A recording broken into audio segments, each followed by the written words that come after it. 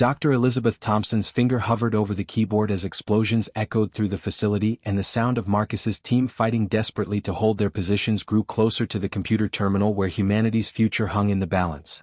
With 90 seconds remaining before the infected would breach the laboratory's final defenses, she made the choice that would define the next chapter of evolution on Earth, uploading a modified version of the Alpha-7 enzyme to the facility's atmospheric dispersal system while simultaneously activating a genetic dampening field that would prevent the worst mutations while allowing controlled adaptation to occur. Her scientific training told her that this hybrid approach offered the best chance for human survival, even though it meant accepting that humanity would emerge from this crisis fundamentally changed at the genetic level. The dispersal system activated with a deep rumble that shook the entire facility as pressurized chambers released the modified enzyme into the atmosphere through a network of vents that had been designed to deliver biological agents across a 1,000-square-mile area. Within minutes, the effects became visible as the infected who had been pressing their attack against the human defenders began to slow their movements, their aggressive behavior dampening as the enzyme interfaced with the pathogen that controlled their neural systems. Those who had been turned recently began to show signs of cognitive recovery, their eyes clearing as memories and personality traits started returning, while those who had been infected for longer periods simply collapsed as the pathogen lost its ability to animate dead tissue. Marcus Rodriguez watched in amazement as the Alpha-infected who had been coordinating the facility's defense suddenly stopped their tactical maneuvers and began exhibiting confused, almost human-like behavior patterns. The most recently turned Alphas began speaking in broken sentences, asking questions about their surroundings and expressing confusion about their recent actions, while the older Alphas showed signs of system-wide neurological failure as their enhanced abilities disappeared. The fighting throughout the facility gradually subsided as infected individuals either recovered their humanity or simply stopped functioning, leaving the survivors to emerge from their defensive positions into a world that had fundamentally changed in the space of an hour. Lieutenant James Mitchell coordinated the immediate aftermath of the dispersal, organizing search and rescue operations to locate survivors of Maria Gonzalez's diversion team and establishing security perimeters around the facility while the full effects of Dr. Thompson's choice became apparent. Maria had survived the assault but was severely wounded, and her condition represented the uncertainty facing all survivors who had been exposed to the infection. The modified enzyme was reversing the pathogen's effects, but it was also altering human DNA in ways that wouldn't be fully understood for months or years. Mitchell's military training helped him maintain order during the transition, but even his disciplined mind struggled to comprehend the magnitude of what they had witnessed. David Kim's medical expertise became crucial as he treated survivors who were undergoing genetic modifications in real time, monitoring vital signs and documenting changes that represented humanity's first steps toward whatever it was destined to become. The children from Maria's school showed the most dramatic adaptations, their young immune systems integrating the modified enzyme with minimal side effects while developing enhanced cognitive abilities and improved resistance to disease. The adults experienced more varied results, with some showing significant improvement in physical capabilities while others required intensive medical support as their bodies adapted to the genetic changes. The global effects of the atmospheric dispersal became apparent over the following weeks as radio communications began returning from survivor communities around the world. The modified enzyme had spread through natural atmospheric circulation, reaching infected populations on every continent and triggering the same recovery and transformation processes that the Denver survivors were experiencing.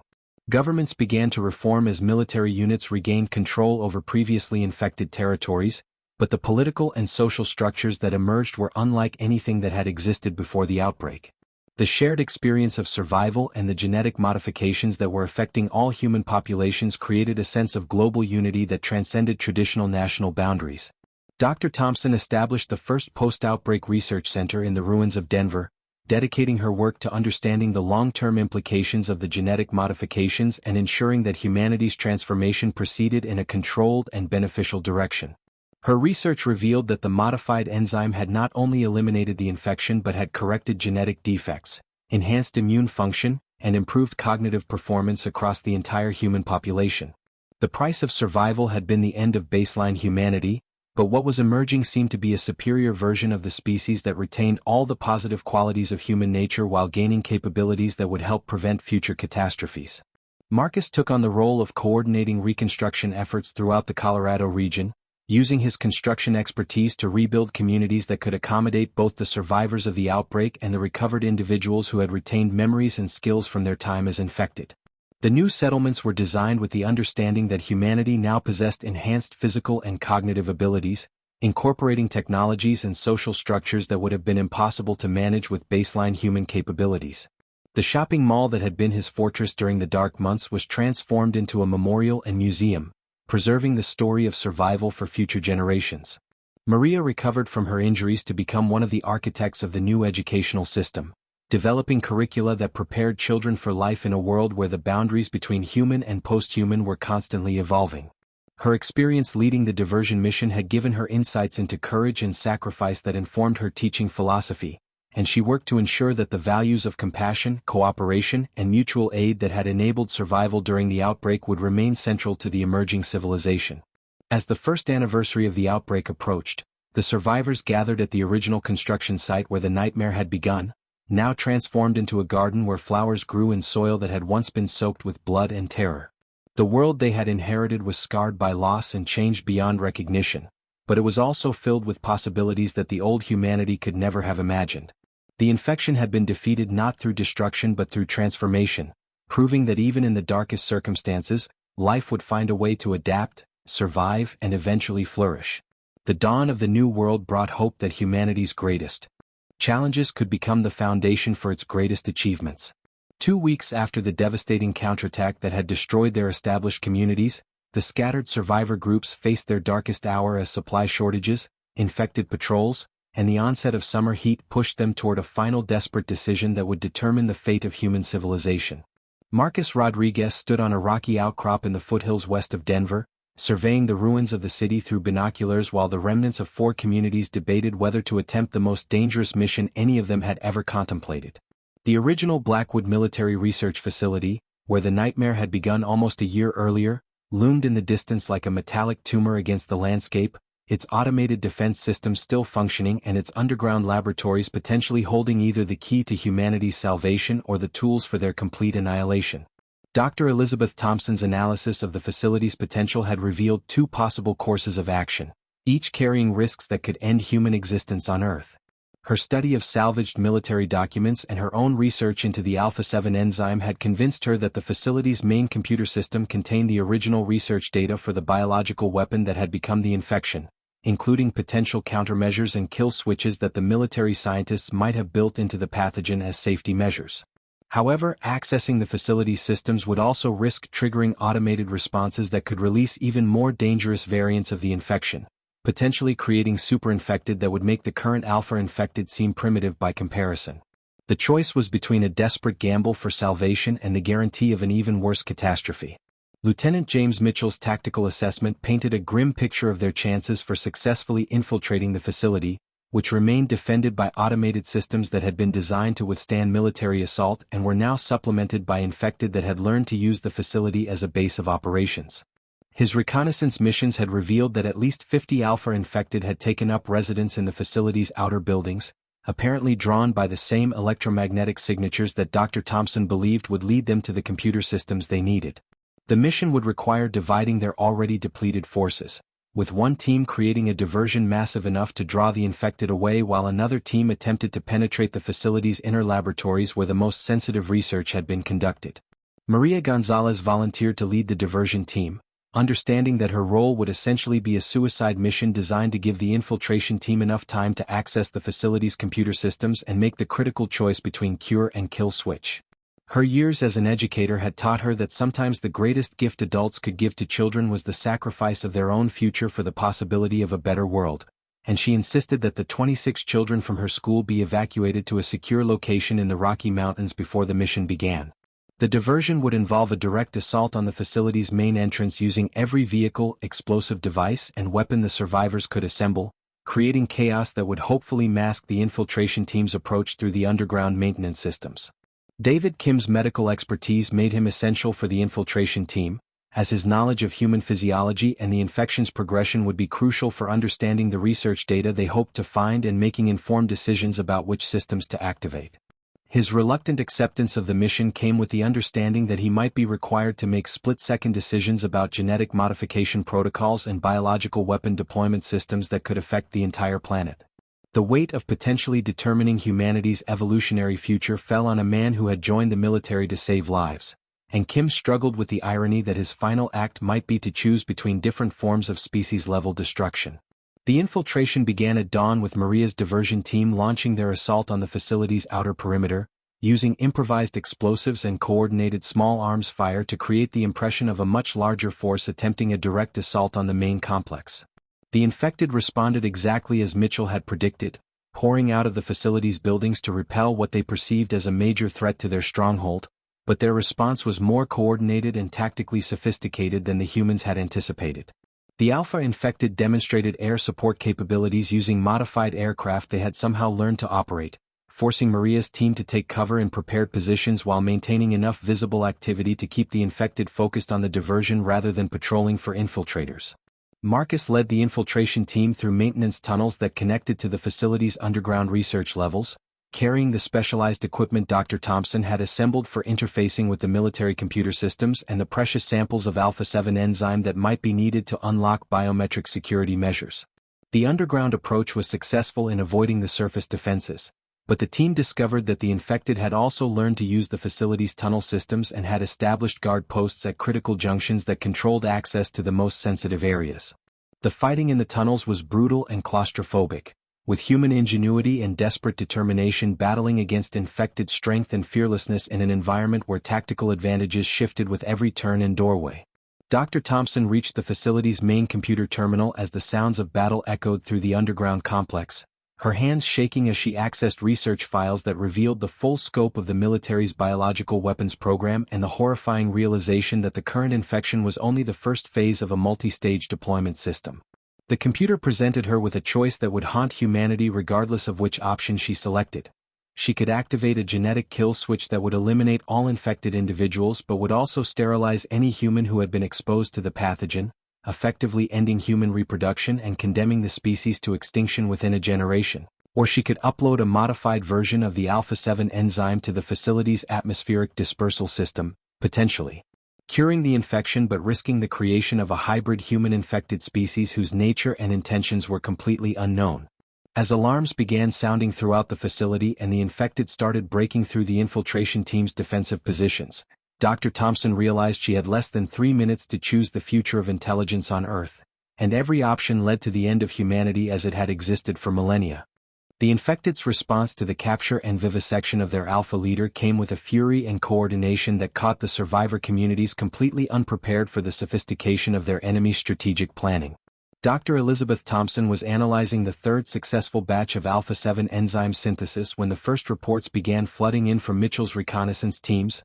Massive groups of infected were moving through the tunnel systems in coordinated formations, approaching all 4 major survivor settlements simultaneously with military precision that suggested months of preparation and intelligence gathering. The attacks weren't random retaliation but a carefully orchestrated campaign designed to eliminate the human communities entirely, and the timing suggested that the infected had been monitoring human communications and had learned about the cure research through surveillance methods that the survivors hadn't even suspected existed. Marcus Rodriguez found himself coordinating a desperate evacuation of the Westfield Mall as hundreds of infected poured through tunnel entrances that his construction teams had believed were secure, their movements directed by Alpha infected who demonstrated tactical knowledge that rivaled trained military officers. The mall's multiple levels and interconnected stores that had made it an ideal fortress for defense against surface attacks became a death trap when the enemy could approach from below, forcing Marcus to make the agonizing decision to abandon defensive positions that had protected over 300 people for nearly a year.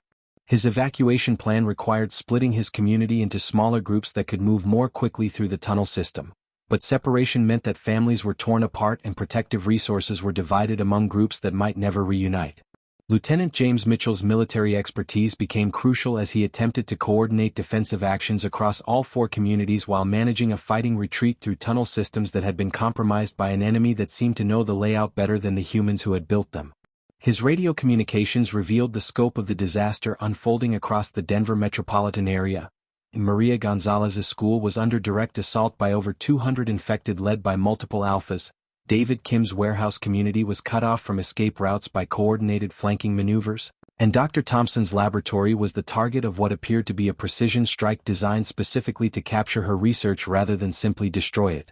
Maria Gonzalez made the heartbreaking decision to evacuate the children first, knowing that the school's defensive positions couldn't hold against the coordinated assault but unwilling to sacrifice the next generation for a few more hours of resistance.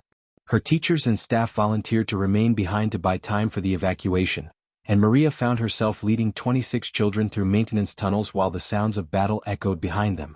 The infected seemed particularly focused on capturing rather than killing the fleeing survivors, suggesting that they had learned from studying previous human prisoners and wanted more subjects for their own research purposes. The realization that the children were being hunted not for food but for experimentation added a layer of horror to the evacuation that tested Maria's ability to maintain the calm leadership her charges needed. David Kim's medical community faced a unique challenge as their role as the regional medical hub meant they couldn't simply abandon their facilities without condemning wounded survivors throughout the area to death from treatable injuries. His decision to maintain skeleton crews at critical medical stations while evacuating non-essential personnel required volunteers to knowingly sacrifice themselves for the greater good, and Kim struggled with the knowledge that his medical oath to do no harm was in direct conflict with the tactical necessities of wartime survival. The infected seemed aware of the medical community's importance and directed their most intelligent alphas toward capturing medical personnel alive, recognizing that human medical knowledge would be valuable for their own species' development. Dr. Thompson's laboratory became the focal point of the most intense fighting as the infected demonstrated that their attack wasn't just about eliminating human resistance but specifically about capturing her research and preventing the development of a cure that could threaten their evolutionary dominance. Her small security detail, led by volunteers from Marcus's construction teams, held defensive positions around the radio shack while she frantically attempted to destroy sensitive research materials and evacuate the precious Alpha-7 enzyme samples that represented months of dangerous work. The infected who reached her laboratory showed remarkable restraint, carefully avoiding actions that might damage equipment or research materials, confirming that they understood the scientific importance of her work and wanted to capture it intact. The breakthrough that saved Dr. Thompson's research came when she realized that the infected were so focused on capturing her laboratory intact that they were vulnerable to a desperate gambit involving the controlled destruction of the mall's main support structures. Working with Marcus's engineering knowledge and Mitchell's tactical expertise, she developed a plan that would collapse the central section of the mall's tunnel connections while creating a debris field that would block infected pursuit but leave escape routes open for the surviving human communities. The plan required precise timing and would likely result in the destruction of most of the equipment and facilities that the survivors had spent months building, but it offered the only realistic chance of preventing the complete elimination of human resistance in the Denver area. The collapse operation succeeded in disrupting the infected assault and allowing most of the survivor communities to escape, but the cost was devastating in terms of infrastructure, supplies, and morale. Over 60 survivors were killed during the evacuation, including many of the volunteers who had remained behind to buy time for others to escape, and the destruction of the established communities meant that the survivors would need to start over with limited resources and no secure base of operations. The infected demonstrated that they had learned from the encounter by immediately beginning recovery operations to salvage human technology and research materials from the ruins, suggesting that they were not just destroying human civilization but systematically absorbing its knowledge and capabilities for their own use. As the scattered survivor groups attempted to regroup in temporary shelters throughout the Colorado wilderness, they faced the sobering realization that they were no longer fighting for territory or resources but for the very right to exist as a species. The infected had evolved beyond simple predators into a competing form of intelligent life that was actively working to replace humanity, and the next phase of the conflict would determine whether human consciousness would survive in any form or whether the Earth would belong entirely to the children of the plague. Spring's arrival brought both hope and desperation to the survivor communities as Dr. Elizabeth Thompson made the breakthrough that would either save humanity or doom them all to extinction. Working in her converted Radio Shack laboratory with equipment salvaged from the University of Colorado's medical research facilities, she had finally isolated the specific enzyme that allowed the alpha infected to maintain their enhanced cognitive abilities while controlling the mindless hordes. The enzyme, which she designated Alpha-7, was produced in specialized neural tissue that developed only in the brains of infected individuals who had retained significant portions of their original intelligence. The implications were staggering and morally horrifying. To produce a cure that could reverse the infection or immunize the uninfected, they would need to harvest brain tissue from living alpha-infected, essentially performing lobotomies on beings that were still partially human.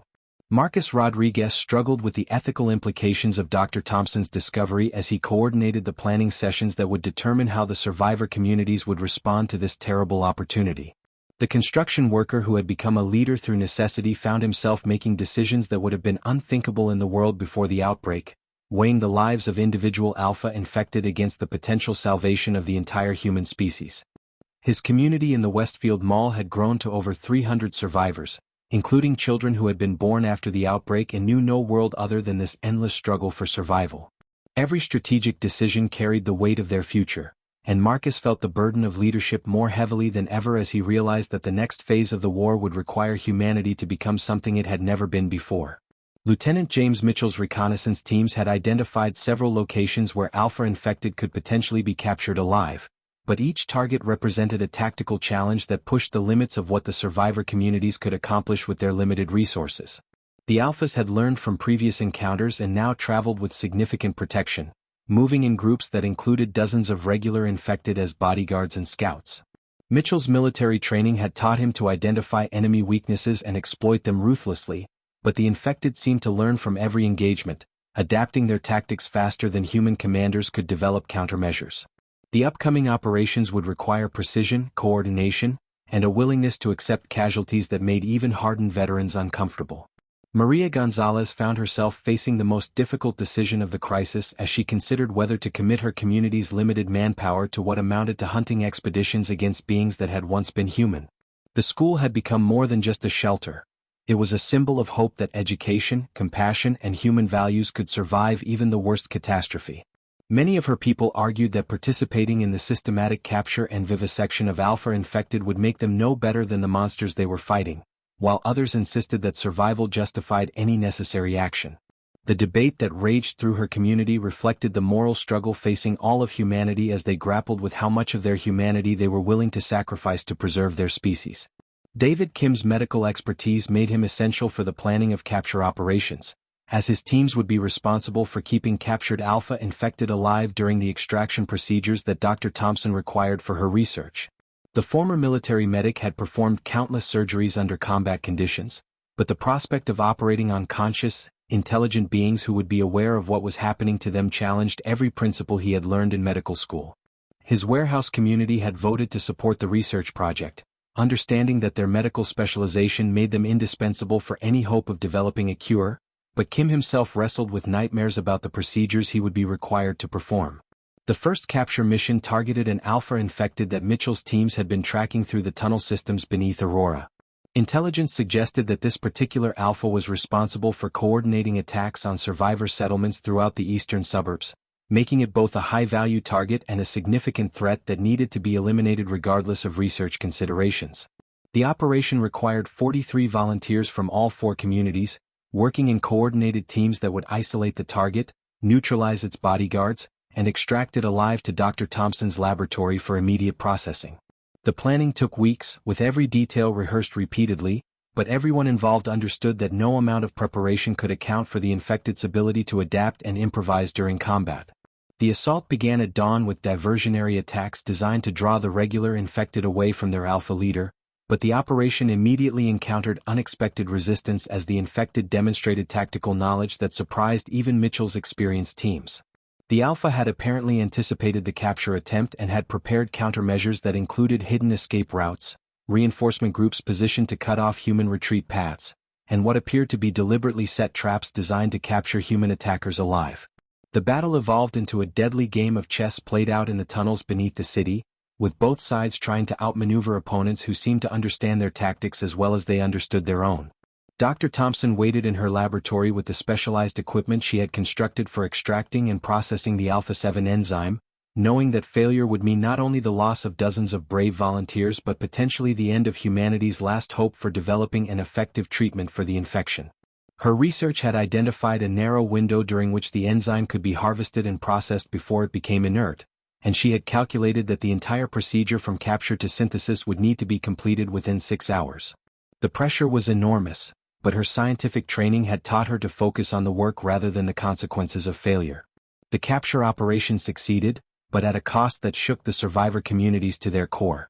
17 volunteers were killed during the extraction, and the Alpha infected that was brought back to Dr. Thompson's laboratory retained enough awareness to plead for its life in broken English as the surgical procedures began. The enzyme extraction was successful, yielding enough material to begin production of the first experimental treatment, but the moral cost of the achievement left scars on everyone involved that would never completely heal. As Dr. Thompson began synthesizing the first doses of what she hoped would become humanity's salvation, the survivor communities faced the terrible knowledge that their survival might require them to become monsters themselves. Winter's arrival had transformed the conflict into something entirely different from the surface battles that had defined the early months of the outbreak. As temperatures dropped and snow began covering the Colorado landscape, both the survivors and the infected had been forced underground, creating a subterranean war that few could have imagined when the crisis first began. Lieutenant James Mitchell crouched in the maintenance tunnel beneath Interstate 25, his breath forming small clouds in the frigid air as he studied the crude map his reconnaissance team had been developing over the past 2 months. The tunnel system they discovered was far more extensive than anyone had realized, connecting not only the survivor communities but stretching throughout the entire Denver metropolitan area in a network that included storm drains, subway tunnels, utility corridors, and maintenance passages that had been forgotten by most people even before the outbreak. Marcus Rodriguez had become the unofficial coordinator of the tunnel defense network, using his construction knowledge to identify structural weak points, plan reinforcement strategies, and establish choke points that could be defended against infected incursions.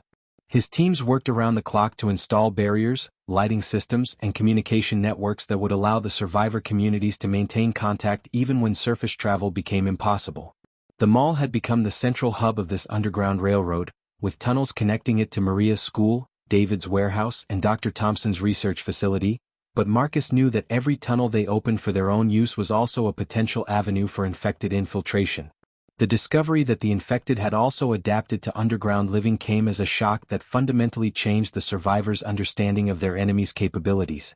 Dr. Thompson's analysis of tissue samples and behavioral observations had revealed that the Turned were not just using existing tunnel systems but were actively excavating new passages, creating their own transportation network that mirrored and sometimes intersected with the human tunnel system.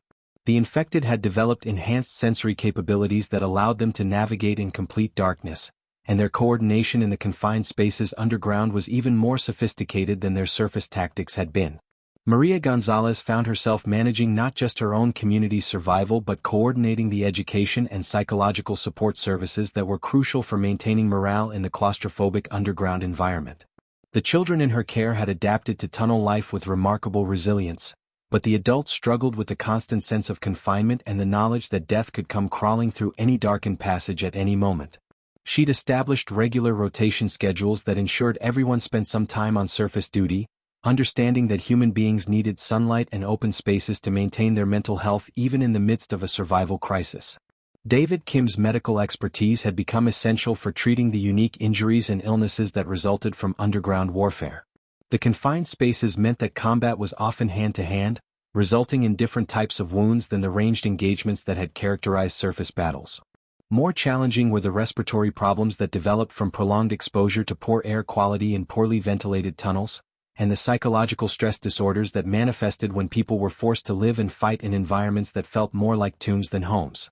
His medical teams had become experts at treating claustrophobia, tunnel-related injuries, and the infections that spread rapidly in the close quarters of underground communities. The first major underground battle occurred when James Mitchell's reconnaissance team discovered that the infected had established a major staging area in the old Denver International Airport's abandoned underground tunnels. The intelligence suggested that hundreds of Alpha infected were using the location as a command center, coordinating attacks throughout the metropolitan area and planning what appeared to be a major offensive designed to eliminate the human communities entirely.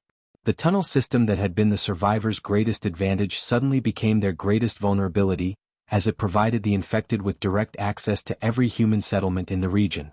The assault on the airport tunnels required tactics that none of the survivors had ever trained for, combining elements of urban warfare, cave fighting, and siege warfare in an environment where traditional military doctrine had little relevance. Marcus led engineering teams that used controlled explosives to collapse tunnel sections behind the advancing fighters, preventing infected reinforcements from flanking their positions while ensuring that the humans maintained escape routes if the mission went badly. The fighting was brutal and intimate, with combat occurring in spaces so narrow that only one person could advance at a time, and where the slightest mistake could result in being overwhelmed by infected who felt no pain and showed no fear. Dr. Thompson accompanied the assault teams, not as a combatant but as an intelligence gatherer who could analyze the infected command structure and hopefully identify weaknesses that could be exploited in future engagements. What she discovered in the airport tunnels challenged everything the survivors thought they knew about the nature of the infection and the intelligence that controlled it. The Alpha infected had established what could only be described as a war room, complete with maps, strategic planning materials, and communication equipment that suggested they were coordinating with infected populations across multiple states and possibly the entire continent. The most disturbing discovery was evidence that the infected were not just adapting to human tactics but were actively studying captured humans to better understand their enemies' psychology, sociology, and strategic thinking. The survivors found holding areas where living humans had been kept for observation, and research materials that indicated the Alphas were conducting their own form of scientific investigation into human behavior and capabilities.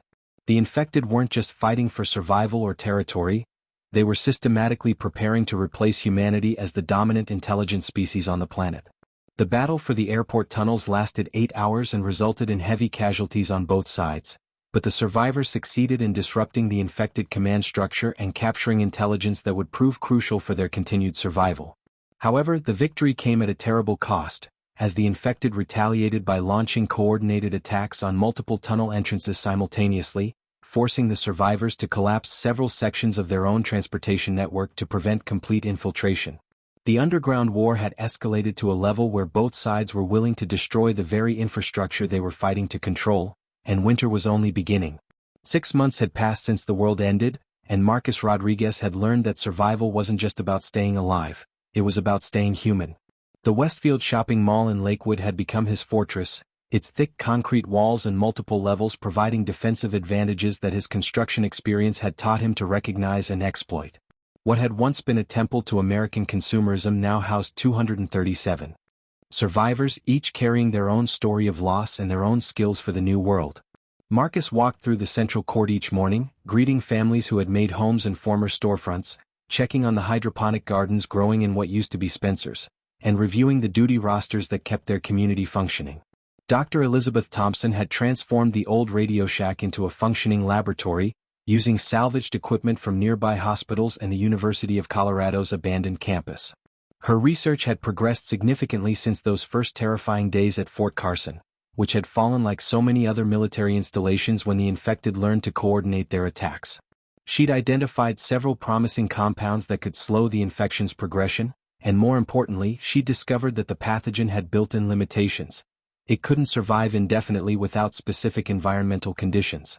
The infected weren't immortal, but they were persistent enough that humanity needed to outlast them through careful planning and community cooperation.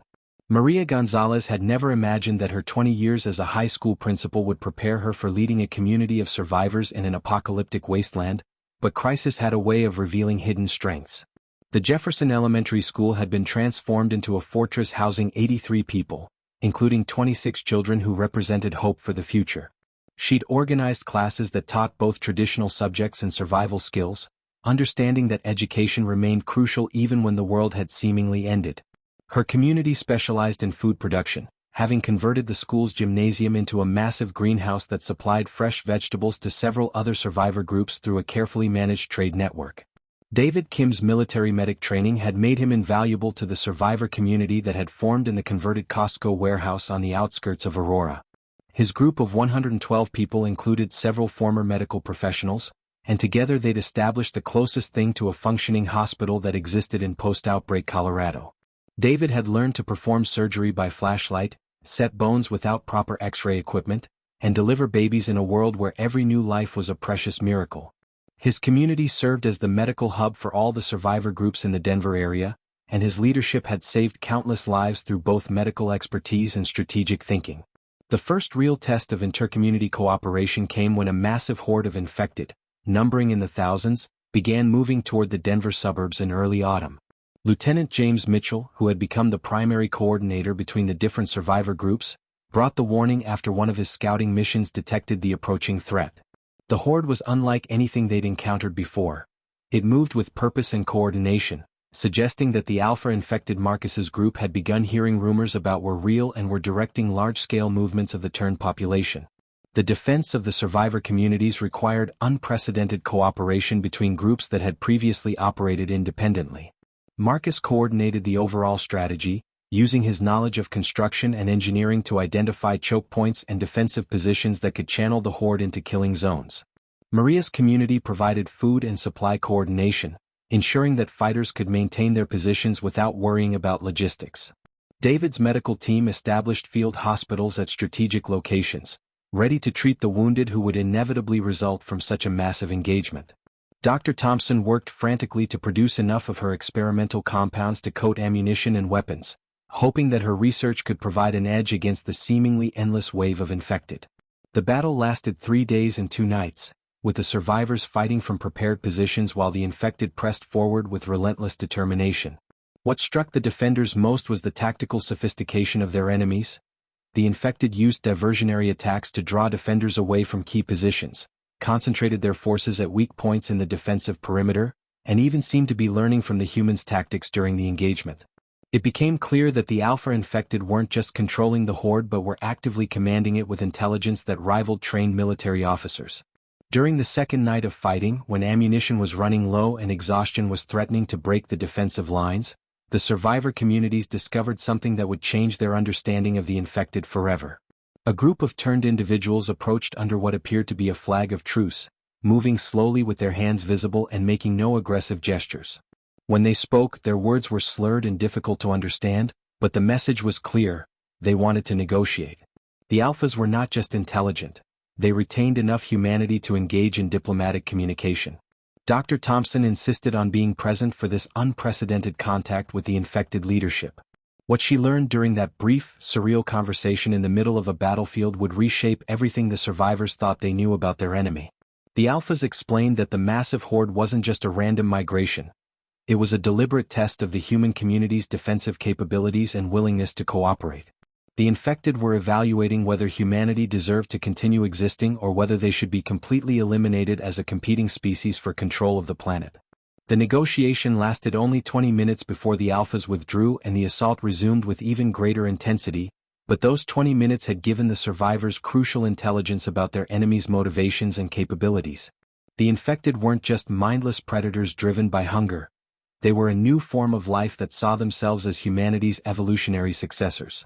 The war wasn't just about survival anymore, it was about proving that human civilization was worth preserving in a world where death itself had learned to think and plan. When the Horde finally withdrew on the third day, leaving hundreds of infected dead in the killing zones but having inflicted severe casualties on the survivor communities, both sides had learned valuable lessons about their enemy. The survivors had proven they could work together effectively under extreme pressure, but they'd also discovered that they were facing an opponent that was actively studying them and developing countermeasures to their tactics.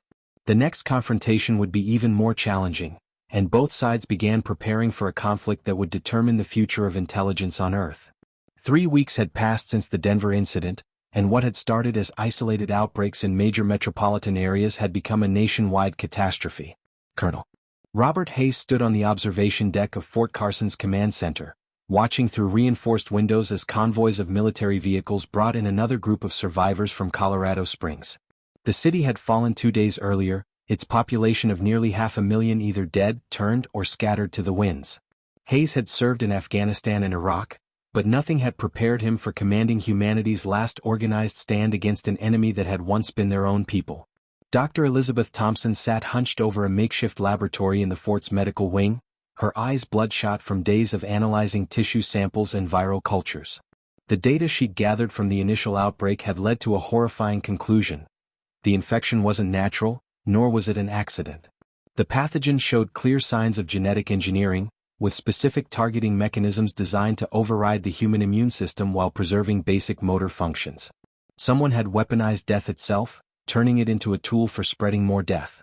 Her hands trembled as she documented her findings, knowing that somewhere in the chaos outside these walls, whoever had created this nightmare might still be alive.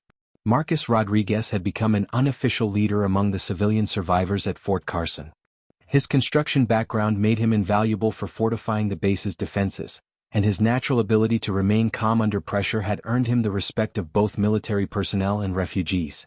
He'd organized work crews to reinforce the perimeter walls, establish supply routes to nearby abandoned towns, and coordinate the integration of new survivor groups. Every day brought reports of settlements being overrun, of families torn apart, of brave men and women making last stands that bought precious time for others to escape. Sergeant James Mitchell had been promoted to lieutenant after his commanding officer was killed during the evacuation of Denver. He now led reconnaissance missions into the infected zones, gathering intelligence on the turned population's behavior patterns and searching for survivors. What his teams had discovered was deeply unsettling. The infected were showing signs of organizational behavior that went beyond simple pack hunting. They moved in coordinated groups, set up ambush points along commonly used escape routes, and seemed to be learning from each encounter with the living. The enemy was evolving and humanity was running out of time to adapt. The president's voice crackled through the emergency broadcast system as Colonel Hayes gathered his senior staff for the morning briefing. Operation Clean Sweep had been authorized, a massive coordinated strike involving every remaining military asset in the continental United States. Air Force bombers would carpet bomb the most heavily infected urban areas while Army units advanced to secure strategic positions and evacuate survivors. It was humanity's best chance to reclaim lost territory and re-establish control over the outbreak. Hayes felt a mixture of hope and dread as he reviewed the operational plans, knowing that failure would mean the end of organized resistance. Dr. Thompson interrupted the briefing with urgent findings from her research. The tissue samples she'd been analyzing showed that the infection was continuing to mutate at an accelerated rate. The turned were developing enhanced sensory capabilities, improved coordination, and most disturbingly, primitive problem-solving skills. She'd observed infected individuals using tools to break through barriers and working together to overcome obstacles that would have stopped earlier generations of the pathogen. The military's conventional tactics were designed to fight human enemies who could be demoralized and outmaneuvered, not an inexorable force that felt no fear and learned from every engagement. The first phase of Operation Clean Sweep began at dawn with coordinated air strikes on major population centers. Marcus watched from the fort's walls as distant explosions lit up the horizon over Denver, knowing that each flash represented city blocks being reduced to rubble. The radio chatter from bomber crews was initially optimistic. The strikes were hitting their targets, and thermal imaging showed massive reductions in the infected population concentrations. But as the day progressed, reports began coming in that chilled the blood of everyone listening. The turned had somehow anticipated the attacks, moving out of the target zones hours before the strikes commenced. Lieutenant Mitchell's reconnaissance teams reported impossible scenes from the bombed cities. The turned were not only surviving the bombardments but were using the destruction to their advantage. They moved through the rubble with sure footing while human forces struggled with the terrain. More disturbing still, they seemed to be herding surviving humans toward specific locations, as if following some greater strategy that the military commanders couldn't comprehend. The enemy was not just adapting to human tactics. They were several steps ahead in a game whose rules kept changing. As night fell on the first day of Operation Clean Sweep, the military's worst fears were realized. Coordinated attacks began on multiple military installations simultaneously, including Fort Carson itself. The turned came not in the mindless waves that characterized earlier encounters, but in organized assault formations that demonstrated tactical knowledge of military defensive positions. They used the bombed city's debris as cover, moved in coordinated flanking maneuvers, and showed an understanding of military communications that suggested they were somehow processing and utilizing human intelligence. Colonel Hayes found himself fighting a two-front war, defending the fort against the immediate assault while coordinating with other military installations that were reporting similar coordinated attacks. The radio communications painted a picture of systematic failure across the entire operation. Bases were being overrun, aircraft were being grounded by swarms of infected that had learned to target fuel supplies and runways, and ground units were being cut off and surrounded by enemies that seemed to know their every move before they made it. Dr. Thompson's research took on desperate urgency as the base's defenses began to fail. Working alongside Marcus and a team of military engineers, she began developing countermeasures based on her understanding of the pathogen's weaknesses. The infection relied on specific neurochemical pathways to control its hosts, and she believed that electromagnetic pulses or certain chemical compounds might disrupt these connections. But time was running out as the sound of battle grew closer to the medical wing. The last official government broadcast came at 11:47 p.m. as Washington, D.C. went dark. The president's final message was brief and haunting. The federal government had lost effective control over the situation, and all remaining military units were authorized to act independently for the preservation of human life. Colonel Hayes realized that Fort Carson and the few thousand survivors it protected might be among the last organized remnants of American civilization, and the weight of that responsibility threatened to crush him as the infected began breaching the outer perimeter walls.